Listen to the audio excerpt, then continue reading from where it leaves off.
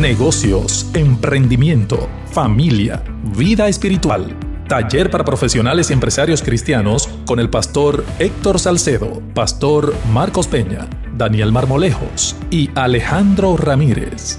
Un evento de capacitación y formación en el que serás equipado con principios bíblicos de finanzas y ética de trabajo, que te permitirán tener una visión más amplia sobre los negocios y cómo glorificar a Dios. El taller será realizado totalmente virtual el sábado 6 de agosto a las 5 de la tarde, con los temas Integridad en los negocios, Persiguiendo el éxito verdadero, Finanzas para empresarios y Cultivando mi vida espiritual en medio de mi vida profesional.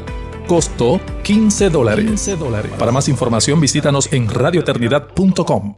Radio Eternidad, impactando el presente con un mensaje eterno.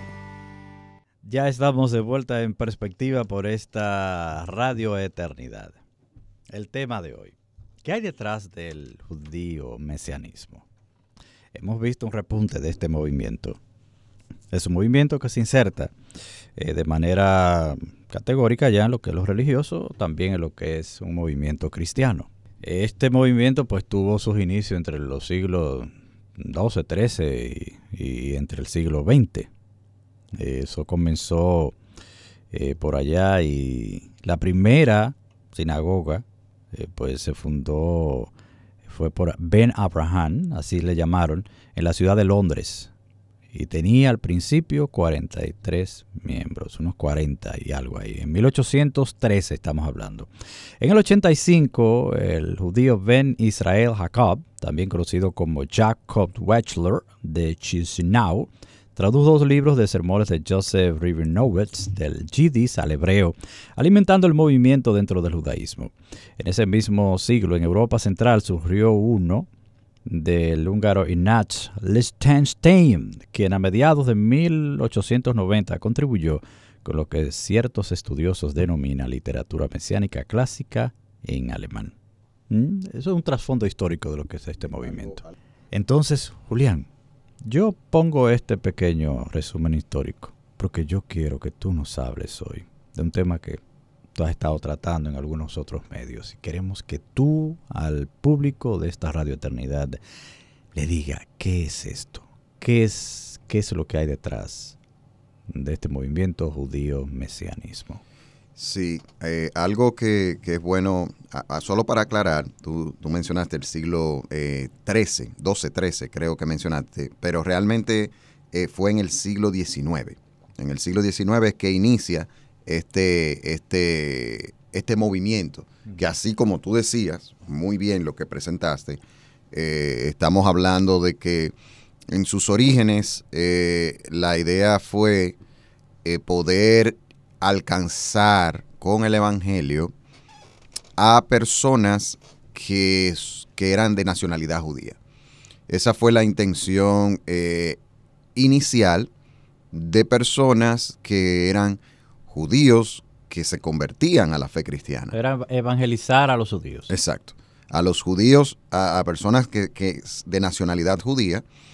Y evidentemente, a través del tiempo y de lo que se vive hoy día con el judío mesianismo, que es un tema que lo estamos abordando también, porque a mucha gente le interesa conocer esto. O sea, mucha gente tiene mucha curiosidad con este tema, porque sobre todo a partir del año 2000 en adelante en Latinoamérica, es un movimiento que ha tenido mucho crecimiento. Y en Estados Unidos, digamos que de los años 90 en adelante, fue que empezó a tener ese auge. Y de hecho, Estados Unidos y Latinoamérica son lugares, digamos que en el continente americano específicamente, donde esto está teniendo mucho auge y llama mucho la atención porque a quienes está atrayendo esto es a personas que militan en iglesias evangélicas. O sea, los maestros, como ellos se llaman, del judío mesianismo, lo que hacen es que están captando gente de las iglesias cristianas y atrayéndolo. Entonces, el movimiento, el mesianismo judío es un movimiento con muchas facetas, Francis. Al día de hoy no existe un conjunto de doctrinas unificadas que tenga el judío mesianismo. Existe una estación radial. Hay personas que tienen iglesias por ejemplo, evangélica, que se hacen llamar iglesia evangélica, pero con mezcla del judío mesianismo, y otras ya ni siquiera son cristianos, sino que ellos se llaman judío mesiánico. O sea, la idea de ellos, de este movimiento, es que el cristianismo se pagani, o sea, la idea que con lo cual ellos promueven y persuaden a cristianos a salir y a entrar al judío mesianismo o a mezclarse con el judío mesianismo en sus iglesias, que evidentemente terminan ellos dejando lo que es su identidad como evangélico cuando van entrando en este camino, es que la iglesia cristiana se paganizó, que la iglesia cristiana se paganizó porque digamos se desligó del judaísmo original del cristianismo, de lo que ellos le llaman el mesianismo. O sea, es una intención de que los cristianos vuelvan a las raíces del cristianismo, y partiendo de que el cristianismo empezó con el pueblo judío porque Jesús era judío. Entonces, esa es la idea, Francis, de qué es lo que se hace con esto, y evidentemente su doctrina fundamental que todos los judíos mesiánicos abrazan es que promueven y fomentan que el verdadero creyente debe de observar y debe de cumplir la ley mosaica. Es un volver a la ley, a esa ley que es en hebreo, ellos usan mucho palabras en hebreo, que viene siendo la Torá, que estamos hablando del Pentateuco, los primeros 5 libros de la Biblia: Génesis, Éxodo, Levíticos, Números y Deuteronomio. Entonces, es un volver a las 613 legislaciones comprendidas, que están divididas en 3 categorías: las leyes ceremoniales, las leyes civiles y la ley moral de Dios. Entonces, es un volver a eso. Y aquí empezamos a ver el peligro mayor que vemos con el movimiento judío mesiánico, aunque vuelvo y repito, es un movimiento porque no podemos decir que todos llevan las mismas cosas, pero sí esto es muy céntrico, y por eso guardan el sábado, por eso vemos que celebran las 3 principales fiestas fiestas que fueron establecidas para el pueblo judío. Ciertamente están en la ley, pero son fiestas judías, no son fiestas de Dios, como yo he querido decir. Las 3 principales fiestas, que son la Pascua, el Pentecostés y la fiesta de los tabernáculos, las fiestas de las ceremonias, leyes ceremoniales de peregrinaje, que desde una perspectiva de un análisis bíblico y mirando la revelación de la Biblia del Antiguo y el Nuevo Testamento, nos damos cuenta que eso era sombra de lo que habría de venir, y todo eso se dio con la primera venida de nuestro Señor Jesucristo. Ellos tienen un tipo de lenguaje que llama mucho la atención. Sí. Y a propósito, estuve observando ahí que hay una parte de ellos, como tú decías, hay diferentes a veces creencias en algunos aspectos entre ellos mismos. Hay algunos que piensan que Jesús nació de figura paterna, que no es divino, y otros sí consideran que es divino. O sea, ellos tienen una división en eso. Hablando del tipo de lenguaje que ellos usan, es muy natural tú escucharlo hablar de el mundo superior. Hablan del mundo superior, hablan de términos esotéricos, místicos, de gran revelación. Esos son los que abrazan la mística judía. O sea, de anillos, de revelación y todo eso, y que el que no conoce estas cosas no entra en ese tipo de revelación y dimensión espiritual. Entonces, ¿cuál es la conexión que existe entre este movimiento y la cábala judía? Porque por ahí es que viene, y te digo de eso porque hace muchos años ya, hablamos de los 90 y 80 para allá, cuando una de las principales exponentes del pop a nivel mundial, como es Madonna, puso de moda eso, porque ella se metió en eso de cábala, y por ahí uno comenzó a escuchar, ¿pero qué es eso? Y uno comenzó a investigar, porque eso tiene que ver con los judíos. ¿Cuál es la relación que existe entre este movimiento y la cábala judía? Eso es una buena pregunta, porque el tema de la cábala judía, que tiene que ver con asuntos esotéricos o de ocultismo y cosas así, forma parte de lo que tiene que ver con la tradición de interpretación del judaísmo como tal. O sea, pero esto tiene que ver la cábala con la parte de la mística judía. Y en la tradición judía se enseña la doctrina de los 4 sentidos para el estudio de la Torá, en donde se dice que cada texto debe verse de 4 formas. Antes de decir las 4 formas, quiero resaltar aquí algo que es muy real. Y es que no todo judío mesiánico abraza la mística judía y la cábala. Eso es cierto. Es importante. Eso es importante resaltarlo. Ahora bien, en la medida, ni todos lo ven de la misma forma. Hay algunos que se sumergen muy profundo en la mística judía, otros lo usan, pero digamos que no entran tan profundamente. Quedan superficialmente. Sí, pero el punto aquí radica es que cuando las personas se van envolviendo cada vez más en todo esto, la tendencia es a mirar la mística judía como un medio de interpretación. O sea, en la medida que la gente va profundizando más en esto, tiene mayor facilidad de caer en validar la cábala judía. ¿Por qué? Porque la cábala judía, vuelvo y repito, forma parte de la tradición judía de enseñanza. Y es una doctrina que se llama los 4 sentidos para el estudio de la Torá.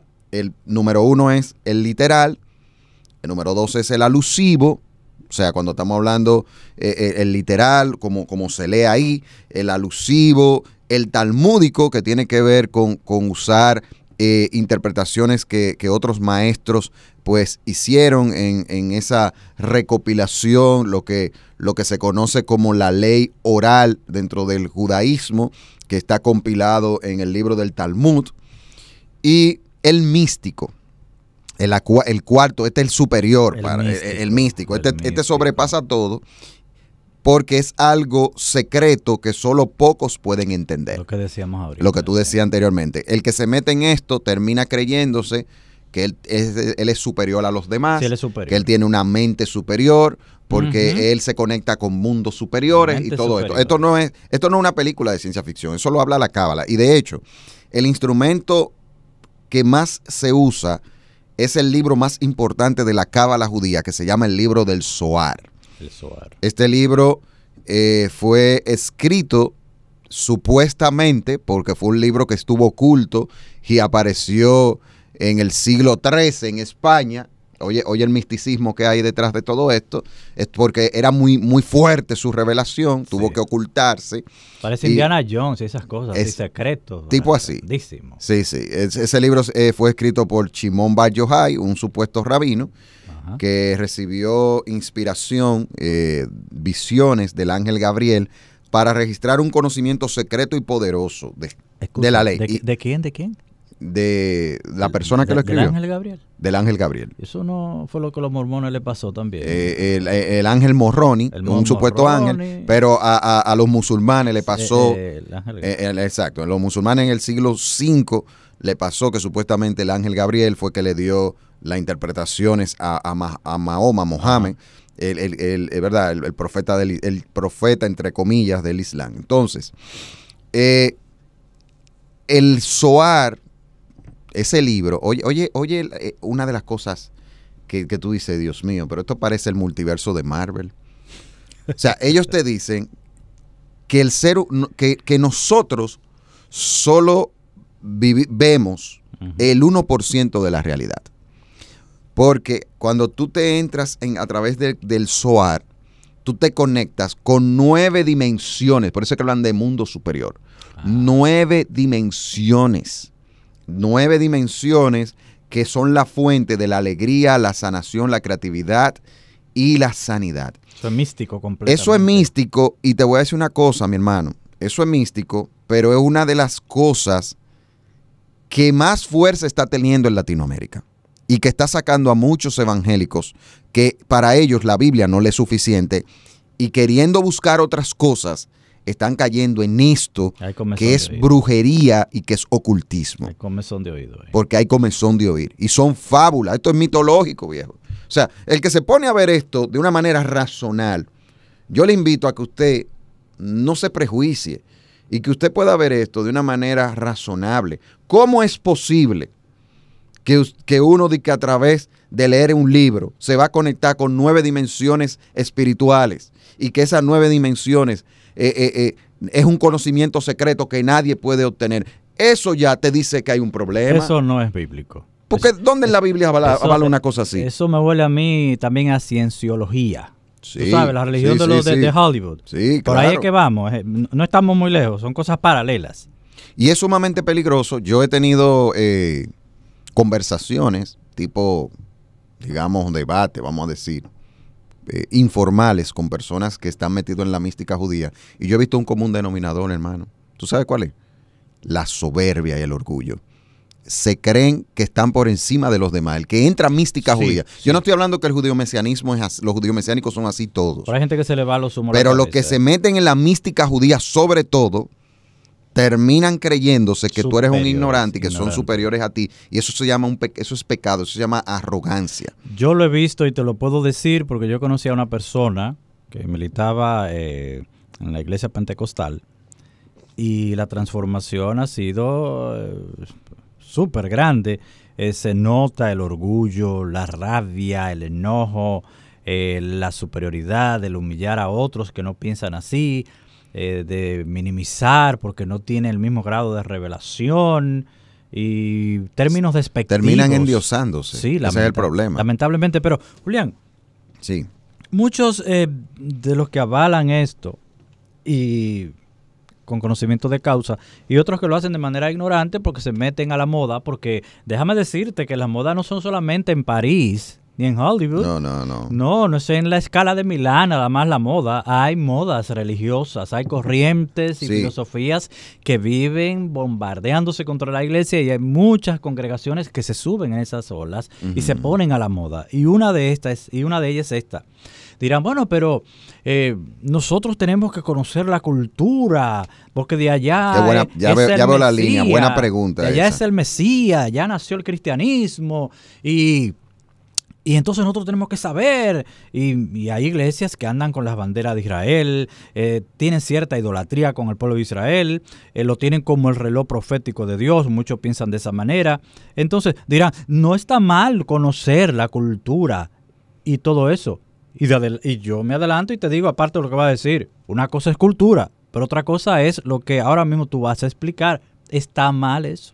Claro que no. Y de hecho, una de las cosas que le quieren decir a uno cuando uno ha confrontado, con mucho respeto, como lo estamos haciendo ahora, a personas, y no hemos recibido ese respeto de muchos de ellos a nivel personal, pero cuando uno trata estos temas, a uno le dicen, no, porque tú eres contra Israel. Eso es mentira, de que antisemita. Oye, ¿hasta dónde llega? Hasta dónde llegan. Pero claro que no. Además, ciertamente, el creyente, el que enseña las escrituras, el que tiene la oportunidad de compartir la palabra, de predicar, de enseñar, de digamos, ese compromiso que tiene que ver con alimentar personas con la palabra de Dios, debe conocer para hacer una correcta exégesis, interpretación de las escrituras, debe de profundizar en el conocimiento histórico, en el contexto histórico, en el contexto gramatical, en el contexto cultural de las personas a quienes primariamente le fueron dirigidos los libros de la Biblia. Y el Antiguo Testamento fue escrito en hebreo y todo el contexto histórico y cultural del desarrollo de la revelación de las escrituras fue en el contexto del pueblo de Israel. Sí. Y eso nosotros como predicadores, como personas que enseñamos la palabra de Dios, debemos de conocerlo. ¿Pero para qué? Para poder entender mejor las escrituras, para poder enseñar mejor y para poder aplicar mejor. No así para decir ahora que debemos devolver a las raíces del judaísmo cuando la misma revelación bíblica, y yo quiero hablar de eso después de esta pregunta, Francis, que quiero mostrar por la Biblia por qué ya no debemos de guardar la ley y cuál es el verdadero significado de lo que tiene que ver con la ley luego de que el Señor Jesucristo vino y murió por nuestros pecados. Entonces, para cerrar esa parte, solo decir, un buen expositor, un buen maestro de las Escrituras, un pastor, para poder enseñar, para poder entender y para poder, digamos, alimentar de manera correcta a la grey, debe de conocer el contexto cultural, el contexto histórico, el contexto gramatical, y ciertamente tiene que ir a los textos originales. Por eso tenemos la ciencia de la hermenéutica, que nos ayuda, que nos da herramientas para nosotros hacer eso. En las universidades de teología hay materias que tienen que ver con usos y costumbres del pueblo hebreo. Uno tiene que conocer eso. Ahora bien, decir que el creyente tiene que volver a las raíces del judaísmo para agradar a Dios y aguardar los 613 las 613 legislaciones de la ley, que nadie la puede guardar, y eso es una herejía de marca mayor. Y eso no es odiar. Amamos al pueblo judío y damos gloria a Dios porque muchos judíos se han convertido a Cristo. Así es. Y son de nacionalidad judía, porque es otra cosa. Los que se meten al judeo-mesianismo, muchos de ellos empiezan a creerse que son judíos, siendo gentiles. Lo que se aplica a una persona que no es de nacionalidad judía de las Escrituras en el Nuevo Testamento es lo que la Biblia llama a los gentiles a hacer, los no judíos. Y en Latinoamérica mucha gente tiene un complejo de que es judío. Y se enganchan una cosita aquí, una claro, no, y que dicen que son judíos porque empiezan a mirar porque se han inventado cosas hasta el punto de decir que todos los latinoamericanos somos descendientes de los judíos. Eso es un invento total. Mira, Julián, muchos han considerado que los que pertenecen a estos movimientos están en un limbo religioso, porque ni son realmente judíos, pero tampoco son realmente cristianos, porque están como en un medio. Déjame leerte esto. Y el judaísmo ortodoxo no quiere saber del judío mesianismo. Déjame decir, dice, los ultraortodoxos, hasta los reformistas, no consideran al judaísmo mesiánico como una forma de judaísmo, debido a que el judaísmo mesiánico acepta el Nuevo Testamento y a Jesús como el Mesías. Exacto. La Corte Suprema de Israel determinó que los judíos mesiánicos que demuestren su ascendencia son sujetos de los beneficios que tiene la ley del retorno, incluyendo la ciudadanía israelí. La Corte también ha declarado que las sinagogas mesiánicas tienen derecho a la misma excepción de impuestos que las sinagogas tradicionales. O sea, siempre y cuando tú demuestres que tú eres de ascendencia judía y que se demuestre realmente, cronológicamente, que tú lo eres, ellos te aceptan en ese sentido. Pero hay mucha gente que se ha enganchado y se ha hecho judío por religión, judío por creencia. Pero realmente ellos sí tienen bien claro esto. Escúchame que te interrumpa, y es cierto que muchos judíos, o sea, en Estados Unidos y en Latinoamérica, en años del siglo pasado, de años atrás, sobre todo por la persecución de los nazis, ese terrible daño que le hizo el nazismo a los judíos, muchos emigraron al continente americano. Hay comunidades grandísimas en Latinoamérica de judíos. Acuérdate, nosotros por acá, por Sosúa. Nosotros tenemos aquí en República Dominicana, bien grandota. Sí. Una comunidad bien grande. Pero, Francis, yo quiero tocar, por razones de tiempo, quiero meterme ahí, porque yo creo que esto es vital, la parte bíblica de todo esto. Y es, ¿qué nos dice la Biblia de este tema? Yo quiero hablar de eso en este momento. Y es que solo leer y estudiar la epístola a los Gálatas, que tiene 6 capítulos, yo motivo a todo aquel que está como coqueteando con el judío mesianismo, que lea la epístola a los Gálatas. Y de hecho, cabe resaltar aquí que una de las cosas que el judío mesianismo dice es que el Nuevo Testamento no fue inspirado por Dios, porque fue escrito en griego. Entonces, se han inventado, muchos de ellos, de que existe un Nuevo Testamento en hebreo, lo que le llaman el Código Real, algo que es totalmente falso, porque en la historia del cristianismo no ha existido tal cosa. El Nuevo Testamento se escribió en griego, el lenguaje que conectaba a toda la civilización, que conectaba al mundo en ese tiempo, Y yo creo que eso fue una estrategia de Dios para poder alcanzar a la mayor cantidad de personas, porque la salvación en Cristo no se limita a una etnia, sino que es abierta a todo aquel que cree. Entonces, Gálatas tiene 6 capítulos que nos ayuda a ver lo errado que está este movimiento. Esta epístola es muy interesante porque Pablo, inspirado por el Espíritu Santo, ataca de manera directa a personas judías que querían que los gentiles volvieran a guardar la ley. Lo mismo que está pasando con el judío mesianismo, que nosotros leemos, o sea, una manera como se utiliza el nombre de estas personas es llamarle judaizantes. O sea, eso está desde los tiempos cuando desde el primer siglo de la era cristiana ya se veía como personas judías querían que los gentiles guardaran la ley, se circuncidaran y abrazaran aspectos del judaísmo, algo que el apóstol Pablo confrontó de una manera contundente en la epístola de los Gálatas, atacó eso fuertemente y motivamos a que ustedes lo vean. Otra cosa es, cabe resaltar que Santiago capítulo 2 versículo 10 dice, porque cualquiera que guarda toda la ley, oye esto, Francis, pero falla en un punto, se ha hecho culpable de todos. De todo. ¿Cuántas leyes tiene la Torá? La ley tiene 613 reglas. Entonces, algo que hay que entender aquí desde una perspectiva de lo que fue el nuevo pacto y la revelación por medio de Cristo. La Torá, la ley, se divide en 3 aspectos. Leyes ceremoniales, leyes civiles y la ley moral de Dios. Las leyes ceremoniales eran sombra de lo que venía. Ahí están las fiestas y las festividades y toda esta parte. Las ceremonias, parte litúrgica y todo esto. Eso ya se cumplió cuando Cristo vino.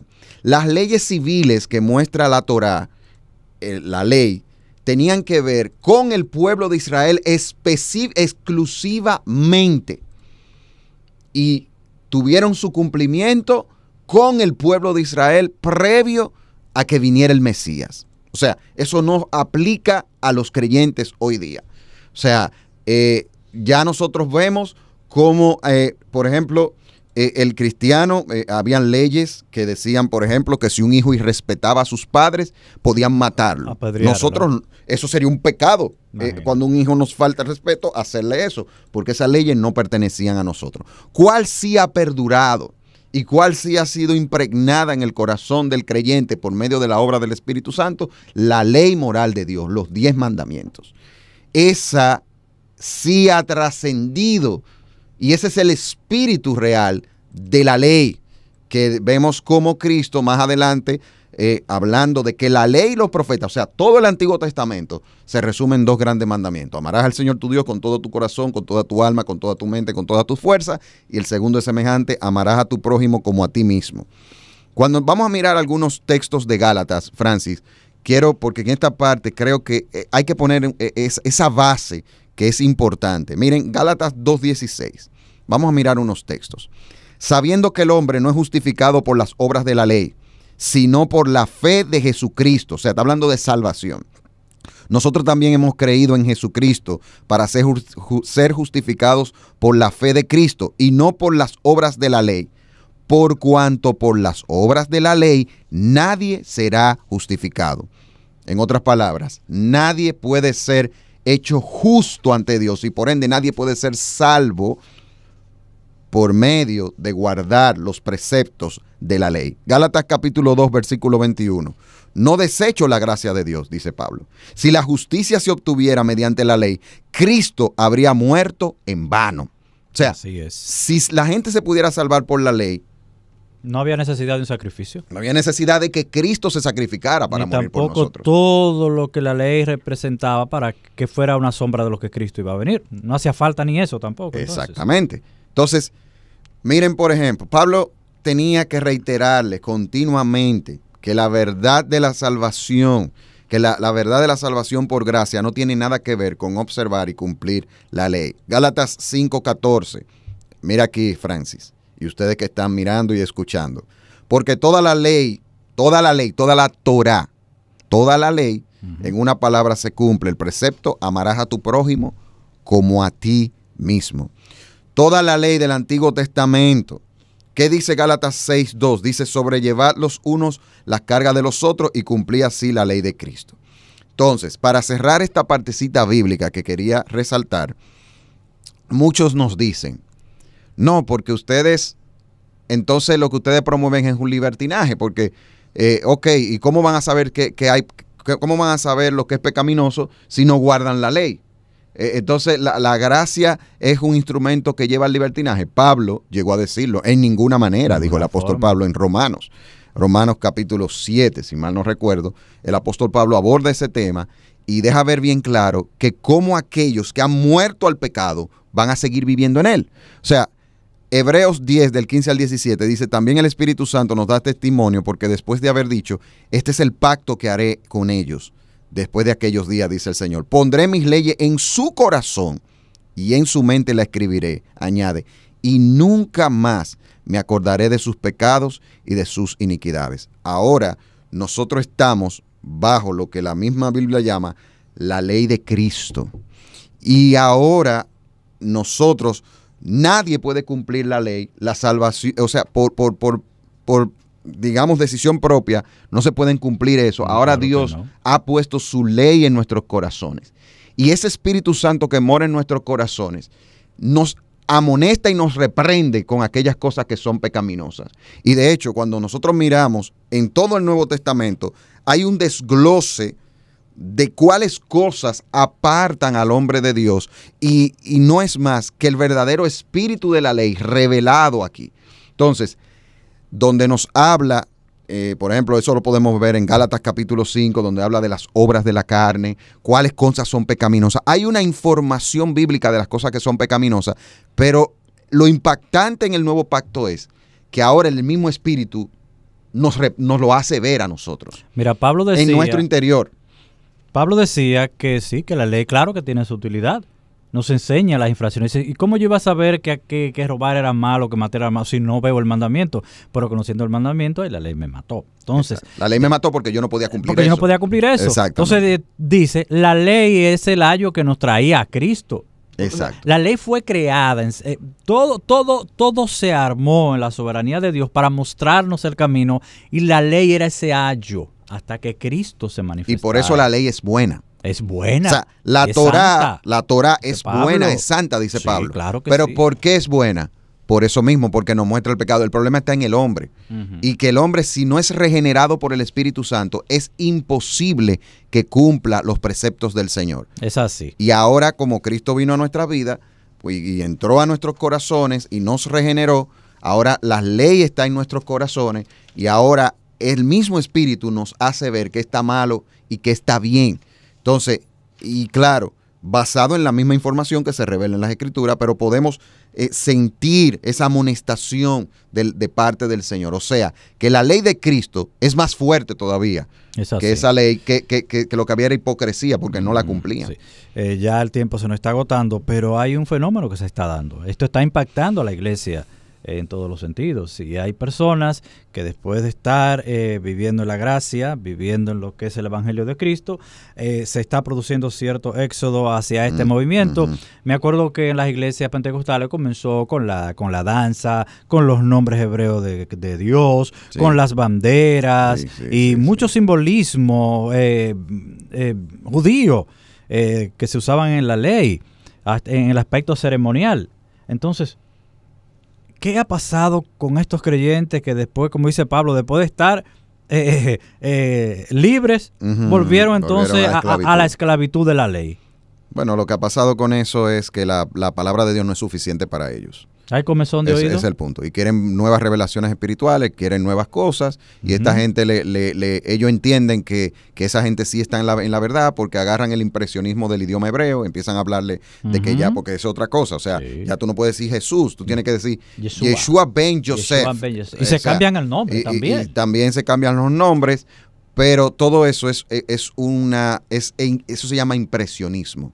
Utilizan todo esto para hacerle ver, y aquellos que no están firmes en su fe entienden que esta gente sí están en la verdad y que ellos no están en la verdad. O sea, las personas que son vulnerables a salir del camino correcto y abrazar este camino, que evidentemente es un camino sectario porque se desvía de la verdad, es el impresionismo del idioma hebreo. O sea, es una de las puertas que usan, y el que no está firme en su fe entiende que ellos sí también, porque usan el idioma original, y nosotros que decimos Jesús, que es simplemente una traducción de un nombre al castellano. Ok, los nombres propios se dicen como deben de ser, pero ¿en qué parte de las Escrituras vemos que Jesús dijera que su nombre había que decirlo como se decía originalmente? ¿Qué doctrina bíblica muestra algo como eso, por ejemplo? ¿O qué doctrina bíblica dice que ahora no es Espíritu Santo, que tenemos que decir Ruach HaKodesh? Explícame, ¿qué tenemos que ver los gentiles con ese tipo nosotros no de somos lenguaje? judíos, nosotros somos dominicanos. Entonces, un judío que se convierte... Es muy novedoso eso. Es muy novedoso. Sí. Entonces, el judío que se convierte, ¿qué dice la palabra? ¿Qué muestra? Y eso lo vemos en Hechos capítulo 15. Ya por razones de tiempo no voy a hablar de eso, pero solamente decir. En el plan de Dios, Dios estableció que los judíos que se convierten a Cristo, si ellos desean disfrutar de su herencia cultural, dándole su justa dimensión, los judíos de nacionalidad judía, que lo hagan. Pero los gentiles que no son judíos, que dentro de sus culturas sean sal y luz. O sea, si usted es judío de verdad y usted quiere celebrar cosas y recordar cosas, eso no es antibíblico, No. siempre y cuando le dé su justo lugar. Ahora bien, el querer decir que nosotros estamos pecando si no lo hacemos, ahí es donde está el problema, y eso es lo que te dice el judío mesianismo. Aunque claro está, hay varias vertientes, hay personas que se consideran Como evangélicos y han dijiste, abrazado sí. algunas cosas, Sí. pero es un camino errado porque es volver al cumplimiento de la ley, algo que bíblicamente es incorrecto y la ley no salva a nadie. Cuando uno se sale de la revelación bíblica y los métodos que Dios ha dejado, por ejemplo, el Espíritu Santo, para que nos ayude a entender las Escrituras y nos hable de Jesús, porque Jesús, una de las encomiendas del Espíritu Santo era esa, Él tomará de lo mío y os hará conocer. ¿Y qué es lo que va a hacer? A revelar las Escrituras, abrir sus ojos de lo que ya está escrito. Por eso Pablo, un hombre que tuvo una experiencia sobrenatural al tercer cielo, dijo, miren, yo he visto esto y vi lo otro, y cosas que no me es permitido decirlas, ni hay palabras para expresarlas.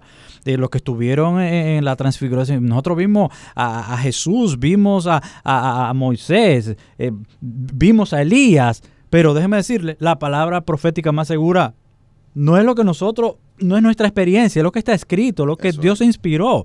Entonces, ¿cuánto problema nos da cuando salimos de eso? ¿Y cuánto problema han dado estos supuestos ángeles que viven revelando cosas? Vemos cuántas sectas han salido precisamente porque un ángel tal se le apareció a un fulano de tal y le dijo que las cosas son así, obviando completamente que la palabra profética más segura es la Biblia, a la cual hacemos bien en hacer caso. Así es. Es lamentable. Pero el que se desvía del camino, lamentablemente, dice que busca su propio bien. No sé cuál es el propio bien, pero lamentablemente... Y mucha gente con un deseo sincero de buscar a Dios han caído en esto, lamentablemente. Pero este programa es para orientar y decir, está caminando por un camino errado, porque sabemos que hay mucha gente con muy buen deseo, pero se han desviado, lamentablemente. Sí, lamentablemente, porque es que hay una estrategia que usa este movimiento, es que minimiza tu fe. Eso es. Te aplasta la fe, te aplasta tu creencia, y entonces cuando ya tú eres aplastado, eres amilanado, tú no tienes como la autoestima para decir yo sí creo, yo creo en esto, y no tienes el conocimiento para defenderlo, esta ola viene y te atrapa y te engulle completamente, y porque ya tú te sientes inferior, porque es lo que dicen. Exacto. Usted no tiene acceso al mundo superior, como tú decías, Julián. ¿Cuántos son? 9. 9. ¿Cuántos? 9. Dios mío, ¿cuántos mundos? Parece alienígena esto, pero... Señores, muchísimas gracias por haber estado con nosotros en este espacio de perspectiva. Hay que recordarle una vez más a aquellos que son nuevos oyentes de este espacio que se transmite todos los lunes de 8 a 9 de la mañana y que en unas horas nuestro colaborador acá, Freyman García, estará pues lanzando este contenido a través de nuestra página de YouTube. Muchísimas gracias y sigan con el contenido de esta Radio Eternidad. Radio Eternidad, impactando el presente con un mensaje eterno.